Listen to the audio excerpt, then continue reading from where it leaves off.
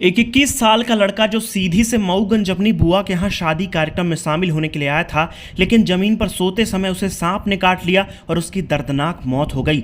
लेकिन उसकी मौत से पहले उसके पूरे परिवार ने सिस्टम की ऐसी प्रताड़ना सही, जिसकी हैरान करने वाली कहानी आज हम आपको बताने जा रहे हैं। मऊगंज थाना क्षेत्र के फूलकरण सिंह गांव निवासी रामायण गुप्ता, जिनके यहाँ 22 तारीख को बेटी की शादी थी, शादी समारोह में शामिल होने के लिए सीधी जिले के सिमरिया गांव से उनका भतीजा अमर गुप्ता उम्र 21 वर्ष मऊगंज के फूलकरण सिंह गांव आया था। 22 तारीख को मऊगंज के उत्सव मैरिज गार्डन में शादी संपन्न हुई, लेकिन अमर ने कुछ दिन अपनी बुआ के यहाँ रुकने का फैसला किया, पर नियति को कुछ और ही मंजूर था। 28 तारीख की सुबह 4 बजे भोर जमीन पर सोते समय एक काले नाग ने अमर को गले में काट लिया। खुद को सांप से लिपटा देख अमर ने जोर जोर से आवाज लगाई। अमर की आवाज सुनकर घर के लोग दौड़े, लेकिन तब तक सांप अमर को काट चुका था।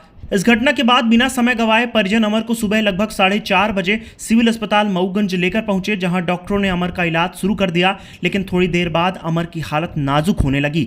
डॉक्टरों ने अमर को रीवा के लिए रेफर कर दिया, लेकिन अमर के परिजन सहित अस्पताल का स्टाफ बार बार 108 एम्बुलेंस को फोन करता रहा, लेकिन फोन कनेक्ट नहीं हुआ। धीरे धीरे अमर का शरीर अकड़ने लगा, सांसों की डोर टूटने लगी। हड़बड़ाहट में आकर परिजनों ने 20 से 25 बार 108 एम्बुलेंस को फोन किया और जवाब मिला कि आपकी रूट में इस समय कोई एम्बुलेंस मौजूद नहीं है। उधर अमर का शरीर नीला पड़ने लगा, हाथ पैर अकड़ने लगे, पल्स धीरे होने लगी और आखिरकार हार मानकर परिजनों ने प्राइवेट वाहन से ही अमर को रीवा ले जाने का फैसला किया। लेकिन ऑक्सीजन न होने के कारण अमर की जान चली गई। कई घंटे तक परिजन एम्बुलेंस के पीछे अपना समय गंवा चुके थे, जिसके कारण अमर को बचाया नहीं जा सका। इस घटिया सिस्टम ने अमर की जान ले ली, लेकिन इससे पहले परिवार को ऐसी प्रताड़ना दे गया जिसका गम हमेशा अमर के परिजनों के जहन में रहेगा। अमर के भाई कहते हैं कि हम अस्पताल में जान बचाने के लिए आए थे, लेकिन इस लापरवाह सिस्टम ने हमसे हमारा भाई छीन लिया।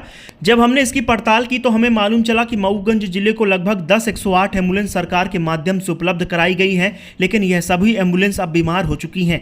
कई एम्बुलेंस 4.5 लाख किलोमीटर से अधिक चलकर थक चुकी हैं। स्पीड लिमिट 60 कर दी गई है। इसके अलावा कागजों पर 10 एम्बुलेंस होने के बावजूद भी सड़क पर मात्र 3 से 4 एम्बुलेंस ही परमानेंट संचालित हो रही हैं, बाकी एम्बुलेंस धूल खा रही हैं।